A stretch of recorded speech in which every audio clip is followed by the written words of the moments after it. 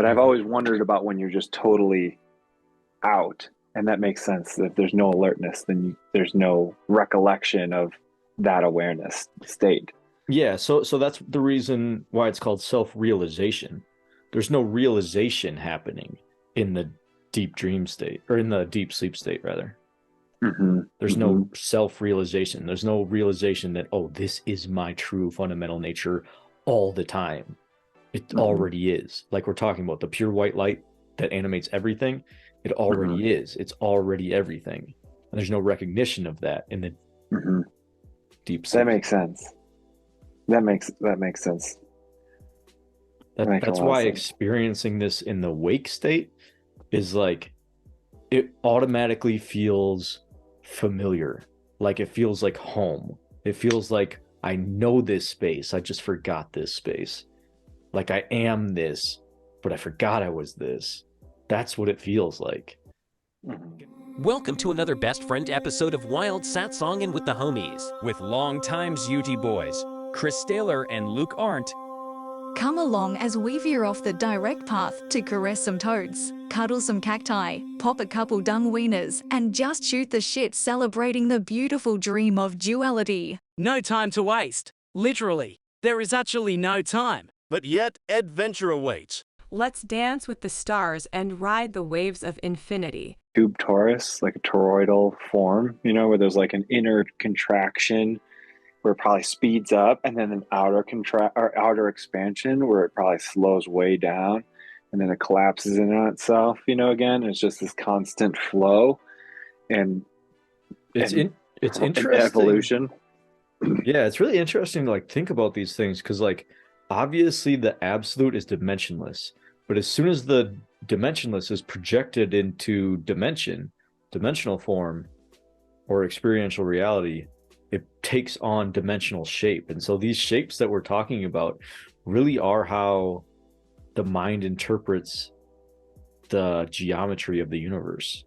So it's interesting. Like the mind really is just a looking lens. It's just like an apparatus for the absolute to look back on itself and have fun dreams about itself.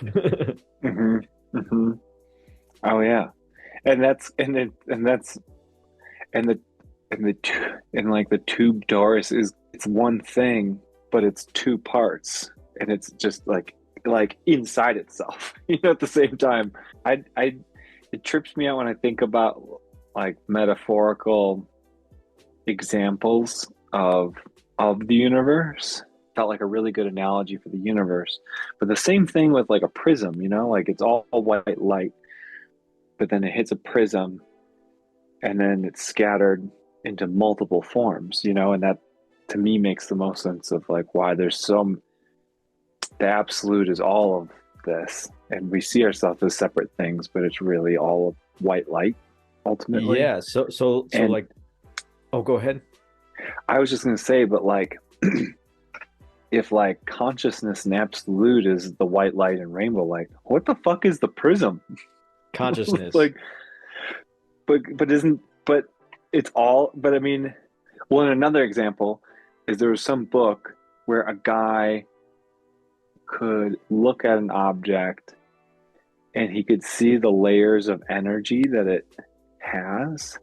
He said that if he looks too deep into anything, he sees that everything is basically this moving stream, and it's as if like a branch fell into the stream and created a jetty, and that jetty is all physical manifested reality.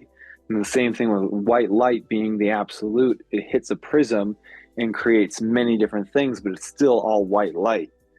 And so my question is, if the absolute is the white light and the stream and also the jetty and the multicolor, what if that's the absolute, if we're all that, then what is if it's everything, then what is the branch or the prism? You know what I mean? Well, the branch exists after the prism. Nothing can exist before the prism. Everything that exists before the prism is the absolute, or the white light, as you say. But consciousness is the prism. And consciousness is just like the lens in which the absolute views itself. Yeah, so consciousness is just the looking lens of the absolute. Pure consciousness is the looking lens of the absolute. And so in any direction it looks at itself, it's just the infinite array of the absolute. And so like this, everything that appears is just rays of the absolute.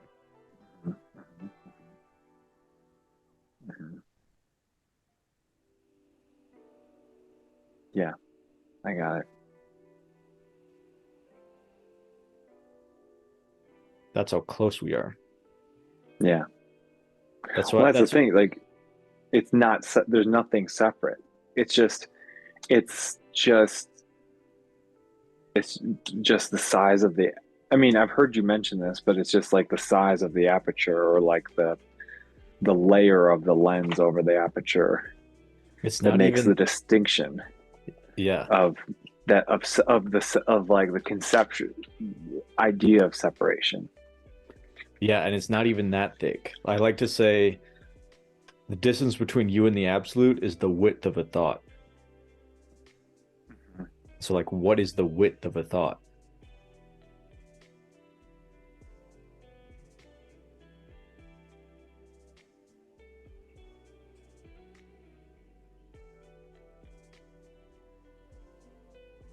The width of the thought is just the thought itself, and then So what are the dimensions of it?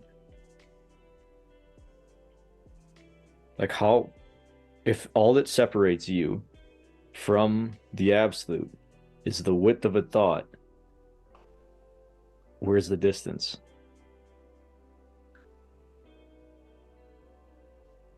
yeah, there is no distance. Exactly. Dude, I was talking to the shop owner and the guy who's getting he was tattooing today. We're talking about like some spiritual stuff, which the owner is totally not spiritual, but even in that, he still recognizes like truths of it. I was talking about the experience of the self blipping out. And the guy on the table, he's like, "Yeah, I don't know, man. Sounds pretty cool, but like in pain. Like I can't grasp it." Well, what's funny is people blip out during deep sleep all the time. When there's no projection of a reality or no projection of either even like a dreamed reality during the dream state, when there a lot of times there's space between those things. And that you blipped out. You're in that pure conscious awareness of nothing. You're but the difference between that and the enlightened state is just awareness aware of awareness requires some sort of alertness.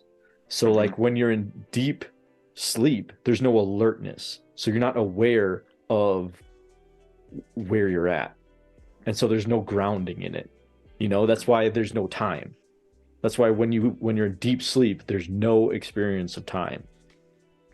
I appreciate you sharing that because that's something that was one of my hangups that I've like contemplated because I was like, I can understand the sense of like when I'm dreaming and I'm not, there's no memory of being Luke, but I'm just in the dream. And it's like, okay, I can understand how there's awareness, a sense of pure awareness, because I've had awareness of things that were not me, but awareness still existed. But I've always wondered about when you're just totally out, and that makes sense. If there's no alertness, then there's no recollection of that awareness state. Yeah, so that's the reason why it's called self-realization. There's no realization happening in the deep dream state, or in the deep sleep state, rather. There's no self-realization. There's no realization that, oh, this is my true fundamental nature all the time. It already is. Like we're talking about the pure white light that animates everything. It already is. It's already everything. And there's no recognition of that in the deep sleep. That makes sense. That makes sense. That's why experiencing this in the wake state is like, it automatically feels familiar. Like it feels like home. It feels like I know this space. I just forgot this space. Like I am this, but I forgot I was this. That's what it feels like. But it can also be super disorienting. Like the guy that you said squirmed at the tattoo shop. So like even people like that can blip into these spaces, and oftentimes they get really uncomfortable. They freak out because What it's do so you mean? disorienting because there's no concept of self anymore. It's just consciousness floating in almost like free falling in nothingness. Because whether you look out at your external reality or look back at yourself, internal reality, it's all just what consciousness is aware of equally. It's like everything is just arising equally. Did you ever freak out? Yeah. So like when I was in deep meditation a couple times, like I'd come up to this space of that just boundaryless being, and there's almost like a gravity to it. Like I like saying like you walk through a door, because it really is like it does kind of like feel in that way. Like all of a sudden you've walked through a space that's all of a sudden like there's no walls and no floor and no roof. You know, you've walked from like a door out into abyss. That's what it feels like. And so there's almost like a gravity there that happens. And like it's just like this perspective shift, almost like you're looking back on itself now, knowing what reality is. And it's very disorienting. If you're really like tied or tethered to a concept of self, it's disorienting because nothing feels like self anymore.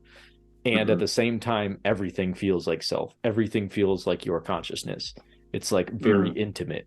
It's very immediate and alive and present, and everything is just sharing its being as the arising of infinite consciousness. And it's beautiful and disorienting immediately.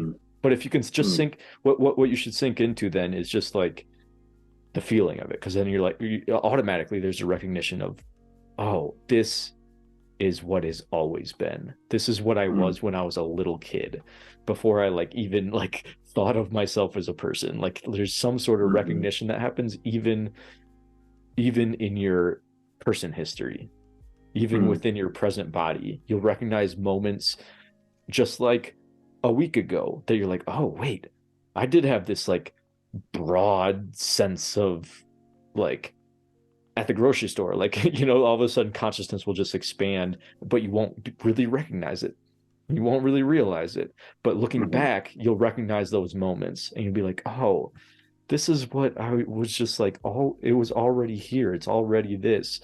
How was I so like captivated by an illusion or an illusory perspective on reality? Yeah, that's how it feels.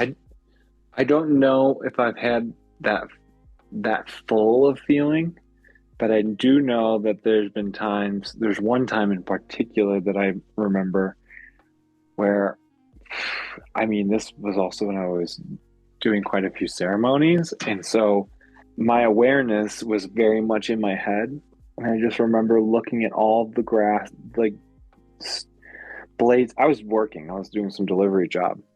I was like looking at all the blades of grass, all the trees, everything around me. And I was just like, my mind was just like almost kind of terrified by the unknowableness of it all. But it all felt very alien and foreign. And that's, I think, the part that felt terrifying. And then I think I was listening to some podcast and it was talking about like dropping your awareness into your heart. And so I was like practicing that. As soon as I dropped it into my heart, it was all still just as mysterious and confusing, but there was an immediate sense of like, instead of just like, what is this alien, bizarreness, unknowable things, when I dropped into my heart, it was like, oh, this is home. Like, not just the heart space, but everything around me, everything that exists is home. And it wasn't even words, it was just a feeling. And it was also this like I said, everything was still mysterious, but it was in a comforting and like place of belonging in it and of it. But yeah, and that makes me think that That's almost beautiful, I man. gotta like cleanse some of this. Thanks. Yeah, but that's I mean, I think that's the closest I can relate to. Well, that's it. That's it. Yeah. Okay. That's it. Yeah. That's it. That's how it feels. That's exactly what it is. And then Cool. Hell it's yeah. just about like abiding there. And like Yeah. I think we talked about this previously, but it's worth mentioning again because it's such a point that's so easily missed is when you're there, recognize it, but make no attempt at trying to understand Hmm. it and make no Hmm. attempt at trying to understand or conceptualize what's going on. Don't grab at it. Don't try to keep it. Hmm. A lot of people recognize that this is like an expansive state of being. Well, that's at least what it feels like initially. And they try to automatically think, how can I stay here? Or how can I Yeah. keep this? Hmm. You know, how can I Definitely. maintain this forever? You know, and in Yeah. that grabbing automatically there's a projection in duality automatically, like that is the reprojection, and then you're Mm. recaptured by concepts and Is then that you spend all next week being depressed because you've lost it. is that the Chinese finger trap of it? Yeah, yeah, I think that is the episode that we talked about this previously. Yeah, yeah, but that's the only difference. That's next time Yeah. you're there, and you will be there, probably on our trip, if not sooner. Yeah, that's all that needs Well, to happen. I'm there. You know, it's there. It's not even like I feel that at home and and that like connection to everything and letting go of any labels or names or concepts or understanding of it and just E- being kind of that panoramic open space. Yeah, What were you gonna say?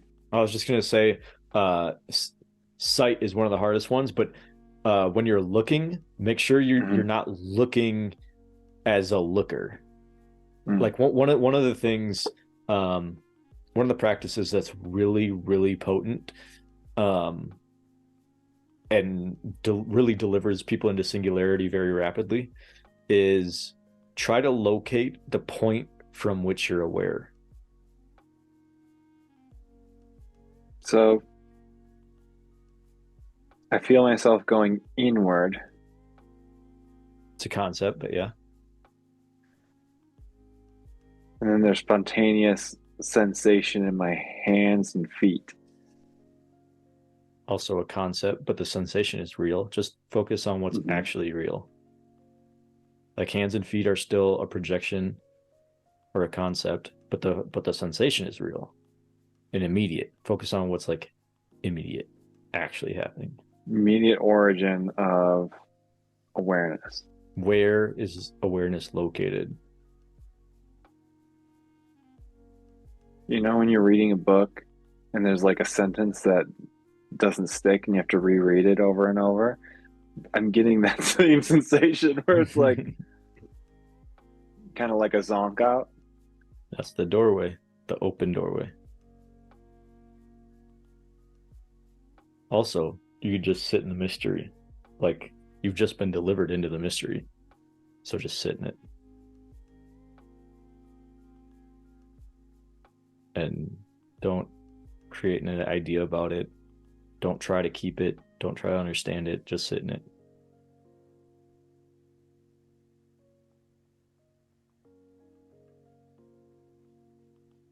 Where is awareness located?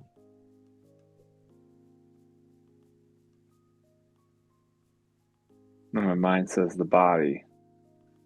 Concept. And and then the experience prior to that was just a slight opening sense of panorama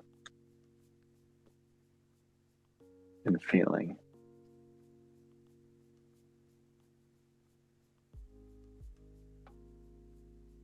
Ooh. For a second, it felt like last time the sense of self blipped out. This one felt it was like a peeling back, almost of like my Luke suit. It was weird. That would still all appear in awareness. Mm-hmm.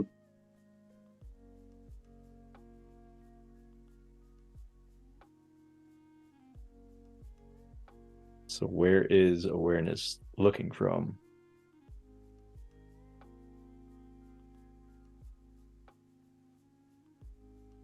Is it a point or is it a space? I have no idea. And if it's a space, where's its center?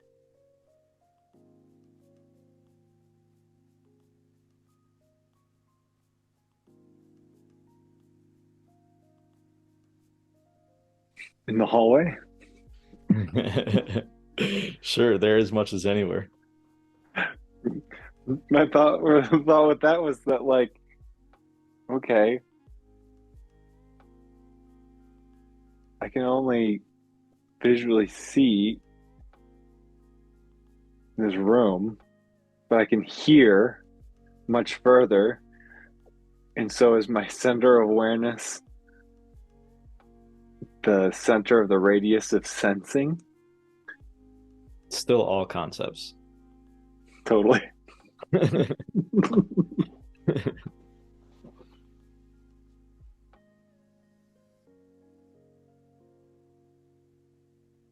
If there is a center to which all the senses report, where is it? Without a concept.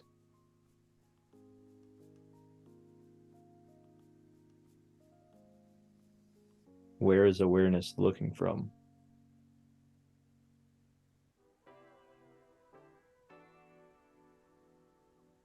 I don't know. Yeah, it's good. Yeah.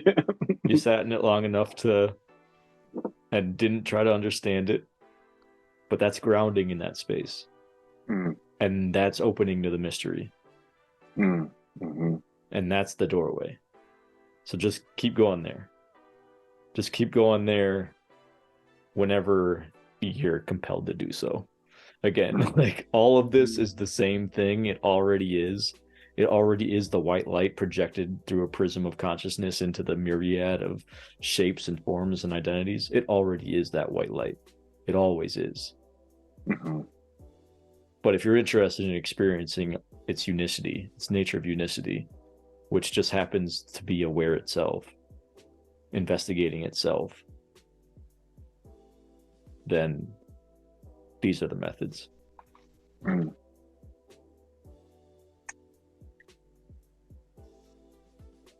Oh yeah.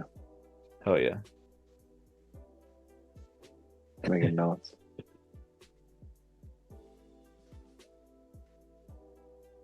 Yeah.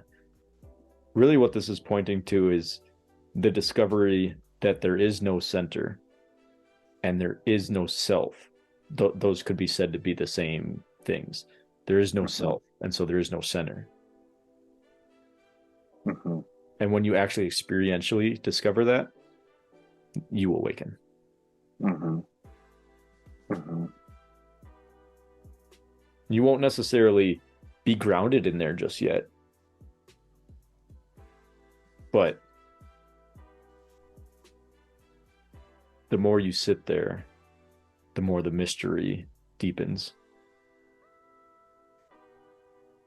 Until eventually, like, all visualizations of illusion or concepts placed upon reality are immediately seen as completely transparent and just a play of consciousness itself. Mm-hmm.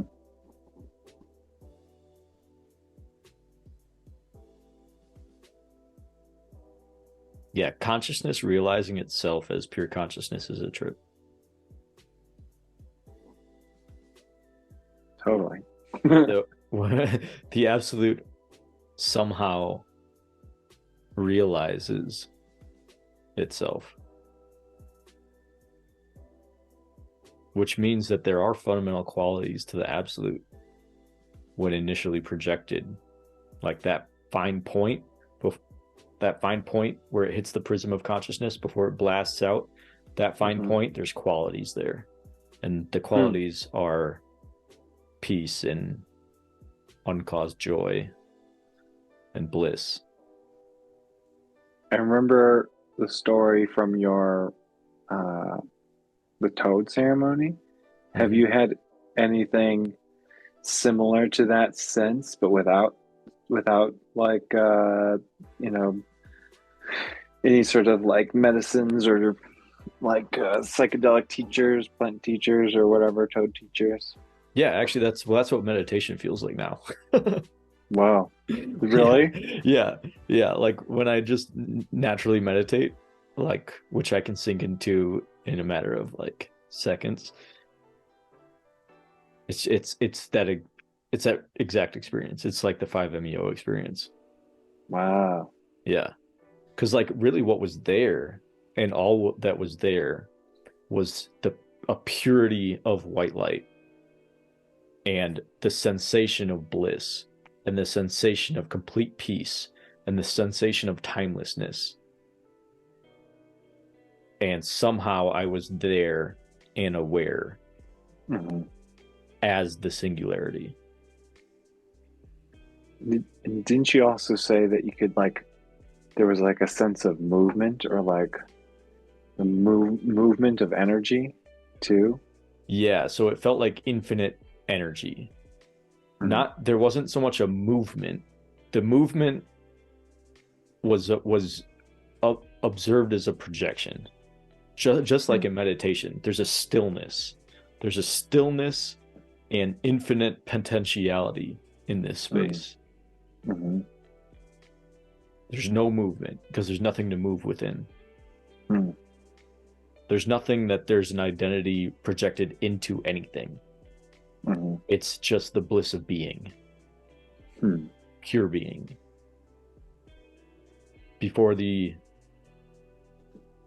white light of the absolute is projected into consciousness and illuminated as infinite actuality rather than infinite potentiality. Yeah. Same space in meditation. That's cool. It is. Yeah, I would say like the 5-MeO experience coming in and out of it is far more dramatic. Yeah. At least it was back then. I don't know what it would be like now. I have no idea. You're gonna be like maybe it'd be the exact same. I'm not sure because there's still like all of that is still experienced through the funneled lens of Chris consciousness, you know. So there's still like a sensation of evaporation of this illusory identity, and the sensation of evaporation is probably still felt much more dramatically, I would think, when you actually take the substance. That's just my intuitive feeling of what it would be like or how it would differ. I mean, but the space maybe at some point when like, what do you ever you've heard the story of like Neem Karoli Baba taking like something like several hits of acid from Ram Dass? You ever hear that story? No, I don't know who Neem Karoli Baba is. I think that's his name. Ram Dass is I think that's his name. Ram, you know Ram Dass? Yeah, right? Of course. Yep. So when Ram Dass was still Richard Alpert and he went to India, he met I think his name Neem Karoli Baba. It sounds familiar. Like I feel like I've heard Duncan Trussell talk about him. Yeah, so he met his guru. There's a bunch of weird like mystical experiences with his guru where he like knew what Ram Dass was thinking and stuff, but he said something to like Ram Dass like, oh, I want to try some of that yogi medicine. Like, yeah, and they must have been talking about acid, and so he gave him some, and he kept on asking for more. I think he took like 5 or 6 hits of acid, and he sat and like, watched him, and he told Ram Dass something along the line. I'm going to totally butcher it, but something along the lines of like, "This is already within you." Like he goes, "This is this is like, you call it yogi medicine because it's like a good reminder, but that like you can access that all the time. And then and then Ram Dass asked him to do it again because people didn't believe him. So he did it like, I think a few years later, same thing. Watched him for like a couple hours, no change in demeanor and being and whatever. So, I mean, you maybe it wouldn't be very dramatic entering in and coming out of it, like to a certain point of being in that space. Yeah, I'm not that experienced with acid. Really, the only time I really went in on it was floating down the Truckee River with you. But but yeah, I mean, I can attest it's the same space. It is. I mean, anytime you're dissolving boundaries of conceptual reality, you're going to end up in the same space. All there is that space. So of course that's where you're delivered to, regardless of what modalities or means you take. It all ends up in the same space. All rivers lead to the same ocean.